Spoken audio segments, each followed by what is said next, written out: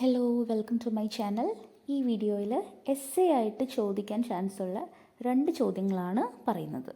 ഒന്ന് സൂപ്പർ മാർക്കറ്റും രണ്ട് പ്രിൻസിപ്പിൾസ് ഓഫ് ഇൻഷുറൻസും. രണ്ടും പ്രധാനപ്പെട്ട ക്വസ്റ്റ്യൻസ് തന്നെയാണ്. സൂപ്പർ മാർക്കറ്റിനെ കുറിച്ചുള്ള ഫീച്ചേഴ്സും അഡ്വാൻറ്റേജസും ഡിസഡ്വാൻറ്റേജസും നമുക്ക് നോക്കാം. ഒരു ലാസ്റ്റ് മിനിറ്റ് റിവിഷൻ എന്നുള്ള രീതിയിൽ തന്നെ നോക്കിയാൽ മതി. നോക്കാം. Super market it is a large scale retail store storing selling a wide variety of consumer goods. അതൊരു ലാർജ് സ്കെയിൽ റീറ്റെയിൽ സ്റ്റോറാണ് അല്ലേ. അവിടെ റീറ്റെയിലിംഗ് ആണ് നടക്കുന്നത്. അവിടെ wide variety of consumer goods ആണ് വിൽക്കുന്നത്. ഒരുപാട് ഐറ്റംസ് അവിടെ കാണും. They deal in food and non food items. അവിടെ ഭക്ഷണ സാധനങ്ങളും ഉണ്ടാവും, അല്ലാത്ത സാധനങ്ങളും കാണും. The most distinctive feature of super bazaar, വേറൊരു പേരാണ് super bazaar, is the absence of salesman. Absence of salesman ഇവിടുത്തെ ഒരു ഫീച്ചറാണ് എന്ന് പറഞ്ഞ് ചോദിക്കും. അതെവിടത്തെയാണ്? അത് സൂപ്പർ മാർക്കറ്റിൻ്റെ ഫീച്ചറാണ് അല്ലേ. നമ്മൾ സെയിൽസ്മാൻ അവിടെ ഹെൽപ്പ് ചെയ്യുന്ന ഒന്നോ രണ്ടോ സ്റ്റാഫ്സ് അവിടെ ഉണ്ടാവും. അതല്ലാതെ നമുക്ക് മറ്റുള്ള കടകളെ പോലെ സെയിൽസ്മാൻ എടുത്തു തരുമോ? ഇല്ല, നമ്മൾ പോയിട്ടാണ് സാധനങ്ങൾ എടുക്കേണ്ടത്. They are also called self service stores. Self service stores എന്നും സൂപ്പർ മാർക്കറ്റിനെ അറിയപ്പെടും. ഫീച്ചേഴ്സ് നോക്കാം. They are located in the main shopping centre of an area. ഒരു ഏരിയയിലെ മെയിൻ ഷോപ്പിംഗ് സെൻറ്ററിലായിരിക്കും അവിടുത്തെ സൂപ്പർ മാർക്കറ്റ് ഉണ്ടാവുക. They sell goods on cash basis only. അവിടെ ചെന്നിട്ട് നമുക്ക് മറ്റേ ബുക്കിൽ എഴുതിക്കോ അല്ലെങ്കിൽ കടം പറഞ്ഞിട്ടൊന്നും വരാൻ പറ്റില്ല. ക്യാഷ് ബേസിസിലാണ് സാധനങ്ങൾ അവർ വിൽക്കുന്നത്, കാശ് കൊടുക്കണം. They deal in wide variety of goods. അവിടെ ഒരുപാട് വെറൈറ്റി ഗുഡ്സ് കാണും അല്ലേ. നമ്മളിപ്പോൾ ഒരു പ്രൊഡക്റ്റ് തന്നെ എടുക്കുകയാണെങ്കിൽ അതിൻ്റെ പല ബ്രാൻഡ്സിൻ്റെയും അവിടെ അവൈലബിൾ തന്നെയാണ്. ഇപ്പോൾ ഒരു ബിസ്ക്കറ്റ് എടുക്കുകയാണെങ്കിൽ പല ബിസ്ക്കറ്റ്സ്, ഇപ്പോൾ ബിസ്ക്കറ്റ് വേണമെന്ന് ആഗ്രഹിക്കുന്ന ആൾ ചെന്ന് കഴിഞ്ഞാൽ അവിടെ ഒരുപാട് വെറൈറ്റീസ് ഓഫ് ബിസ്ക്കറ്റ് കാണും അല്ലേ. അപ്പോൾ വൈഡ് വെറൈറ്റി ഓഫ് ഗുഡ്സ് ഉണ്ട്. They operate on the self service principle. കണ്ടോ, സെൽഫ് സർവീസ് എന്ന് കാണുമ്പോൾ ഓർക്ക് സൂപ്പർ മാർക്കറ്റാണ്. അവിടുത്തെ പ്രിൻസിപ്പിൾ ഇതാണ്. The prices of products generally lower. അവിടെ പ്രൈസ് കുറവായിരിക്കും. എപ്പോഴും എന്തെങ്കിലുമൊക്കെ ഓഫേഴ്സും കാര്യങ്ങളൊക്കെ ഉണ്ടാവും. പ്രൈസ് ലോവറാണ് കമ്പയർ ചെയ്യുമ്പോൾ. ഇനി അഡ്വാൻറ്റേജസ് നമുക്ക് നോക്കാം. Buy all requirements from one place അല്ലേ. നമുക്ക് ഒരു സ്ഥലത്തു നിന്ന് തന്നെ എല്ലാ സാധനങ്ങളും മേടിക്കാൻ പറ്റും. No bad debts. അവിടെ കിട്ടാക്കടം എന്ന് പറയുന്ന സംഭവം ഇല്ല. Assure greater profit. നമുക്ക് ഉറപ്പിക്കാം സൂപ്പർ മാർക്കറ്റൊക്കെ ആണെങ്കിൽ നല്ല പ്രോഫിറ്റ് ഉണ്ടാക്കുന്ന സ്ഥാപനങ്ങളാണ്. കാരണം അത്യാവശ്യം സൂപ്പർ മാർക്കറ്റ്സ് എല്ലാം പല ബ്രാഞ്ചസ് പല സ്ഥലങ്ങളിൽ ഉണ്ടാവും. ദെൻ വൈഡ് സെലക്ഷൻ, ഒരുപാട് സെലക്ഷൻ ഉണ്ടാവും. സെൻട്രൽ ലൊക്കേഷൻ, നമുക്കിപ്പോൾ നമ്മുടെ എവിടേക്കെങ്കിലും പുറത്ത് പോയി കഴിഞ്ഞാൽ അവിടുത്തെ സെൻട്രൽ ലൊക്കേഷനിൽ പോകണമെങ്കിൽ നമുക്ക് അവിടെ ചെന്ന് കഴിഞ്ഞിട്ടുണ്ടെങ്കിൽ അവിടെ ഈ പറയുന്ന സൂപ്പർ മാർക്കറ്റ് ഉണ്ടാവും. നമുക്കതുകൊണ്ട് അതൊരു ഉപകാരം തന്നെയാണ്. ഇനി ഡിസഡ്വാൻറ്റേജസ് നോക്കാം. Availability of large space is difficult അല്ലേ. അവിടെ കുറേ എന്താ പറയുക, സ്പേസ് ഉണ്ടാവുക എന്ന് പറയുന്നത് ഡിഫിക്കൽട്ടാണ്. ലാർജ് സ്പേസ് ഉള്ള കാര്യങ്ങളായിരിക്കണം അല്ലേ. ഒരുപാട് സ്ഥലം വേണം സൂപ്പർ മാർക്കറ്റ്. അതെപ്പോഴും അവൈലബിൾ ആവുക എന്ന് പറയുമ്പോൾ അത് ബുദ്ധിമുട്ടാണ്. പ്രത്യേകിച്ച് ഒരു സെൻട്രൽ ലൊക്കേഷനിലൊക്കെ വലിയ ഏരിയ എടുത്ത് സൂപ്പർ മാർക്കറ്റ് ചെയ്യുക എന്ന് പറയുന്നത് ബുദ്ധിമുട്ടാണ്.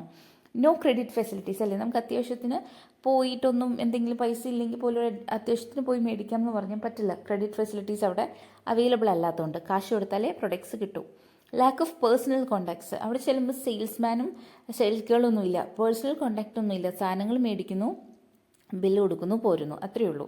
Require huge capital investment. ഇങ്ങനെയൊരു സ്ഥാപനം തുടങ്ങണം എന്നുണ്ടെങ്കിൽ ഒരുപാട് പൈസ ക്യാപിറ്റലായിട്ട് ഇൻവെസ്റ്റ് ചെയ്യണം അല്ലേ. ഒരുപാട് പൈസ ഒരു സൂപ്പർ മാർക്കറ്റ് തുടങ്ങണം എന്നുണ്ടെങ്കിൽ ഇൻവെസ്റ്റ് ചെയ്യേണ്ടതാണ്. ഹ്യൂജ് എമൗണ്ട്, ഹ്യൂജ് ക്യാപിറ്റൽ ആദ്യം തന്നെ ഇൻവെസ്റ്റ് ചെയ്യണം. Miss handling of goods. ആളുകൾ തന്നെയാണ് അവിടെ സാധനങ്ങൾ കൈകാര്യം ചെയ്യുന്നത് അല്ലേ. നമുക്ക് വേണ്ടത് അവിടെ എടുക്കുന്നു, ഇല്ലെങ്കിൽ അതവിടെ തിരിച്ചു വയ്ക്കുന്നു. അപ്പോൾ മിസ് ഹാൻഡ്ലിംഗ് ഉണ്ടാവും അല്ലേ. ആളുകൾ അത് എങ്ങനെയാണ്, ഒരു സെയിൽസ്മാൻ ഉണ്ടെങ്കിൽ എല്ലാ കാര്യം കൃത്യമായിട്ട് അവർക്ക് ചെയ്യാൻ പറ്റും. ഇത് നമ്മൾ പോണ മനുഷ്യർ തന്നെയാണ് ചെയ്യണത്. സോ അതായത് കടയിൽ പോണ ആളുകൾ ചെയ്യുന്നതാണ്. അപ്പോൾ അവിടെ മിസ് ഹാൻഡ്ലിംഗ് ഓഫ് ഗുഡ്സിന് ചാൻസ് ഉണ്ട്. ഓക്കെ, ഇനി അപ്പോൾ ഇതൊക്കെയാണ് അഡ്വാൻറ്റേജസും ഡിസഡ്വാൻറ്റേജസും. വേണമെങ്കിൽ ഈ ഒരു എന്താ പറയുക സ്ക്രീൻഷോട്ട് എടുത്ത് വെച്ചാൽ നിങ്ങൾക്ക് 8 മാർക്സിൻ്റെ എസ്സേ ചോദിക്കുമ്പോൾ ഇത് എഴുതാൻ പറ്റും, അഡ്വാൻറ്റേജസ് ആൻഡ് ഡിസഡ്വാൻറ്റേജസ്. ഓക്കെ, ഇനി നമുക്ക് അടുത്ത ക്വസ്റ്റ്യൻ ആയിട്ടുള്ള പ്രിൻസിപ്പിൾസ് ഓഫ് ഇൻഷുറൻസ് നോക്കാം.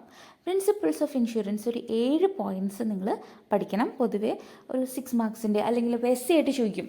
എന്നിട്ട് അവർ പറയും ഇതിലേതെങ്കിലും 3 പ്രിൻസിപ്പിൾസ് എക്സ്പ്ലെയിൻ ചെയ്യുക എന്ന് പറഞ്ഞൊക്കെ വന്ന് ചോദിക്കാറുള്ള ക്വസ്റ്റ്യൻസ് ആണ് പ്രിൻസിപ്പിൾസ് ഓഫ് ഇൻഷുറൻസ്. നമുക്ക് അത് നോക്കാം. Principle of utmost good faith എന്താണെന്ന് നോക്കാം. Contract of insurance is a contract of യൂബരി മൈ ഫിഡി. യൂബരി മൈ ഫിഡി എന്ന് പറഞ്ഞു കഴിഞ്ഞിട്ടുണ്ടെങ്കിൽ അറ്റ്മോസ്റ്റ് ഗുഡ് ഫെയ്ത്തിൻ്റെ ലാറ്റിൻ ടേം ആണ്.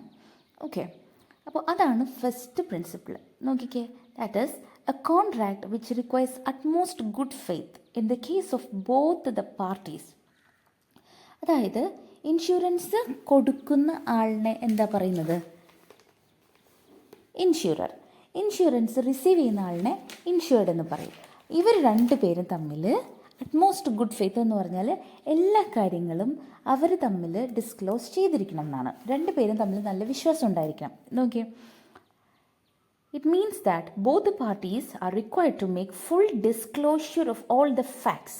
ഒരു ഇൻഷുറൻസിനെ പറ്റിയിട്ടുള്ള എല്ലാ ഫാക്റ്റുകളും, ഒരു ഇൻഷുറൻസ് എടുക്കാൻ പോകുമ്പോൾ ഇൻഷുർഡ് ഈ സബ്ജക്റ്റ് മാറ്റർ, അതായത് നമ്മൾ ഏതൊരു പ്രോപ്പർട്ടിനെ വെച്ചിട്ടാണ് അല്ലെങ്കിൽ എന്തിൻ്റെ ഇൻഷുറൻസ് ആണ് എടുക്കാൻ പോകുന്നത്, നമ്മളുടെ ആവശ്യം നമുക്ക് ഇൻഷുറൻസ് തരുന്ന ആളിനോട് കൃത്യമായിട്ട് എല്ലാ കാര്യങ്ങളും സത്യമായിട്ട് പറയണം. തിരിച്ച് ഇൻഷുറൻസ് നമുക്ക് തരുന്ന ഇൻഷുററും ആ ഒരു പോളിസിനെ പറ്റിയുള്ള എല്ലാ ഡീറ്റെയിൽസും നമ്മളോട് സത്യസന്ധമായിട്ട് തന്നെ പറയണം. ഇതാണ് first principle, utmost good faith. യൂബരി മൈ ഫൈഡി എന്നും പറയും. അടുത്തത് നോക്കാം, principle of insurable interest. Insurable interest എന്ന് പറഞ്ഞു കഴിഞ്ഞിട്ടുണ്ടെങ്കിൽ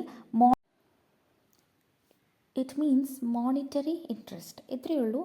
ഒരു ഇൻഷുറൻസ് എടുക്കുന്ന ആൾക്ക് അയാൾ ഏത് പ്രോപ്പർട്ടിയെക്കുറിച്ചാണോ ഇൻഷുറൻസ്, എന്തിനെക്കുറിച്ചാണ് ഇൻഷുറൻസ് എടുത്തേക്കുന്നത്, അതിനോടുള്ളൊരു താല്പര്യം.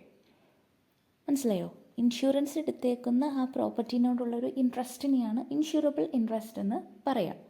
A person is said to have insurable interest in the subject matter of insurance. അതായത് എന്തിനാണ് എന്ത് പ്രോപ്പർട്ടിയിലാണ് ഇൻഷുറൻസ് എടുത്താൽ അതിനോടൊരു താല്പര്യം. Okay, if he stands to gain from its existence and will suffer a financial loss with its destruction. അതായത് ആ ഒരു സംഭവം അവിടെ ഉണ്ടെങ്കിൽ അതിൽ അദ്ദേഹത്തിന് ലാഭമാണ്, അതില്ല എന്നാണെങ്കിൽ അദ്ദേഹത്തിന് നഷ്ടമാണ്.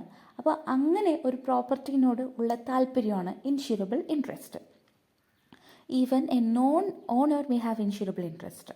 ഓക്കെ, ഒരു ഓണർ ഇല്ലാത്ത ആൾക്ക് പോലും ആ പ്രോപ്പർട്ടിനോട് ഇൻഷുറബിൾ ഇൻട്രസ്റ്റ് ഉണ്ടാവും. കാരണം അത് ഉള്ളത് ലാഭമാണ്, ഇല്ലെങ്കിൽ നഷ്ടമായി പോകും. അതാണ് സംഭവം. അതാണ് രണ്ടാമത്തെ പ്രിൻസിപ്പിൾ. മൂന്നാമത്തത്, അതിനു മുമ്പേ അതിൻ്റെ ഡീറ്റെയിൽഡ് ഒരെണ്ണം കാര്യം പറയാം. In the case of life insurance, insurable interest must be present in person insured at the time of taking the policy. അപ്പോൾ ലൈഫ് ഇൻഷുറൻസിൻ്റെ കേസാണെങ്കിൽ ഇൻഷുറബിൾ ഇൻട്രസ്റ്റ് ആ പോളിസി എടുക്കുന്ന സമയത്ത് അയാൾക്ക് ഇൻഷുറബിൾ ഇൻട്രസ്റ്റ് ഉണ്ടായിരിക്കണം.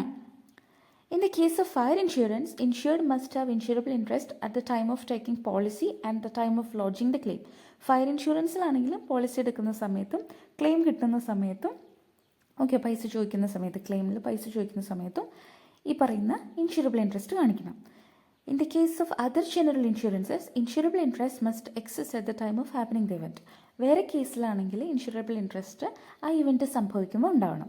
മെയിൻലി നമ്മൾ ആദ്യം പറഞ്ഞ ഒരു പ്രിൻസിപ്പിൾ ഓർക്കാം. മൂന്നാമത്തെ, principle of indemnity. It means that in the event of occurrence of loss, നഷ്ടം സംഭവിക്കുന്ന സമയത്ത് the insured will be indemnified to the extent of actual value of loss or the sum of insured whichever is less. ഇൻഷുവേർഡിന് കിട്ടുന്ന പൈസ എന്ന് പറയുന്നത് എത്രയാണ് ശരിക്കും വന്ന നഷ്ടം, അല്ലെങ്കിൽ ഇൻഷുവേർഡിൻ്റെ സം എത്രയാണോ, എത്ര രൂപയ്ക്കാണ് ഇൻഷുറൻസ് എടുത്തിരിക്കുന്നത് അതെത്രയാണോ അത്, ഇതിലേതാണ് കുറവ് അതാണ് കിട്ടുള്ളൂ. എത്രയാണ് നഷ്ടം എന്നുള്ളത് ആദ്യം നോക്കും.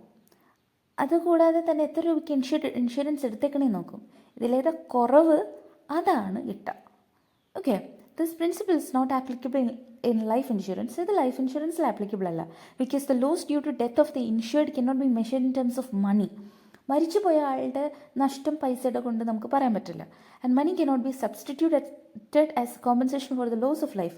ഒരാൾ മരിച്ചുപോയി, അപ്പോൾ അയാളുടെ എത്ര രൂപയാണ് അയാൾ മരിച്ചപ്പോൾ വന്ന നഷ്ടം, അങ്ങനെ ഒരു ഇല്ല. അയാളുടെ മരണം കൊണ്ടുണ്ടായ നഷ്ടം എന്ന് പറയാൻ പറ്റില്ല. പൈസേനെ ഒരാളുടെ ലൈഫ് വെച്ചിട്ട് സബ്സ്റ്റിറ്റ്യൂട്ട് ചെയ്ത് വാല്യൂ പറയാൻ പറ്റില്ല. സോ പ്രിൻസിപ്പിൾ ഓഫ് ഇൻഡെംനിറ്റി എന്ന് പറഞ്ഞിട്ടുണ്ടെങ്കിൽ നമുക്ക് എത്രയാണ് ആ ഒരു നഷ്ടം വന്നേക്കുന്നത്, അല്ലെങ്കിൽ നമ്മുടെ ഇൻഷുറൻസ് പോളിസി എത്ര രൂപയുടെയാണ്, ഏതാണെങ്കിലും കുറവ് അതായിരിക്കും കിട്ടുന്ന പൈസ. പ്രിൻസിപ്പിൾ ഓഫ് സബ്രോഗേഷൻ ഇതെന്താ നോക്കാം. According to the principle, the scrap or remains of the damage property will become the property of the insurance company after the payment of compensation to the insured. ഇപ്പോൾ ഒരാളുടെ പ്രോപ്പർട്ടിക്ക് damage സംഭവിച്ചു, insurance പൈസ കിട്ടി അയാൾക്ക്. ഇനിയും ആ പ്രോപ്പർട്ടി ആരുടെയാണ്? ഇൻഷുറൻസ് കമ്പനിയുടെയാണ്. പിന്നെ അത് നമ്മുടെ ആവോ? ഇല്ല. ഇൻഷുറൻസ് കമ്പനിക്കാർ പൈസ തന്നു, ഞാനത് മേടിച്ചു, ഇനി പ്രോപ്പർട്ടി ബാക്കി ഞാൻ എന്താ ചെയ്യട്ടെന്ന് വെച്ചാൽ ചെയ്യാം. അങ്ങനെയല്ല, ആ പ്രോപ്പർട്ടി ഇനി ഇൻഷുറൻസ് കമ്പനിയുടെ ആണ്. Further, the insurer will be entitled to have all rights ensured by the insured against third parties on the subject matter of insurance. അതായത് പിന്നീട് എല്ലാ റൈറ്റ്സും പോകുന്നത് ഇൻഷുററിന് ആണ്, പോളിസി തരുന്ന ആൾക്കാണ് കേട്ടോ. Next one, principle of contribution. Under this principle, if the insured has taken a double insurance, ഈ പ്രിൻസിപ്പിൾ എന്ന് പറഞ്ഞാൽ ഇൻഷുററല്ല ഇൻഷുവേർഡ്, ഇൻഷുറൻസ് എടുക്കുന്ന ആൾ ഒരു ഡബിൾ ഇൻഷുറൻസ് ആണ് എടുക്കുന്നത് എങ്കിൽ he's eligible to receive a claim only up to the amount of actual loss suffered by him. അയാൾ ഡബിൾ ഇൻഷുറൻസ് ആണ് എടുത്തെങ്കിൽ എത്ര രൂപയാണ് ആകെ വന്ന നഷ്ടം ആ പൈസ ഇൻഷുറൻസിൽ നിന്ന് കിട്ടുള്ളൂ. If the insured claims full amount of loss from one insurer, he is not eligible to get any amount from other insurers. ഒരാൾ രണ്ടുപേരുടെ അടുത്ത് നിന്ന് ഇൻഷുറൻസ് എടുത്തിട്ടുണ്ട്, നഷ്ടം വരുമ്പോൾ ഒരാളുടെ നിന്ന് ആയിരിക്കും എന്താ ഇൻഷുറൻസ് പൈസ കിട്ടുക, രണ്ടുപേരുടെ നിന്നും കിട്ടില്ല. മനസ്സിലായോ? ഒരാളുടെ നിന്നാണ് കിട്ടുള്ളൂ. This is not applicable in the case of life insurance. ഇത് ലൈഫ് ഇൻഷുറൻസിൻ്റെ കേസിൽ ആപ്ലിക്കബിൾ അല്ല. നെക്സ്റ്റ്, ആറാമത്തെയാണ് principle of mitigation of loss. According to this principle, the insured should take all reasonable steps to reduce loss, as a man of ordinary prudence would have taken in his own case if it were not insured. നമ്മളിപ്പോൾ ഒരു property insurance എടുത്തിട്ടുള്ള പ്രോപ്പർട്ടിയാണ്, അതുകൊണ്ട് അതിനെന്തെങ്കിലും damage വരും. Imagine അത് കത്തിക്കൊണ്ടിരിക്കുകയാണ്, അതിന് insurance ഉണ്ടെന്നും പറഞ്ഞ് അത് തീ കെടുത്താണ്ടിരിക്കരുത്.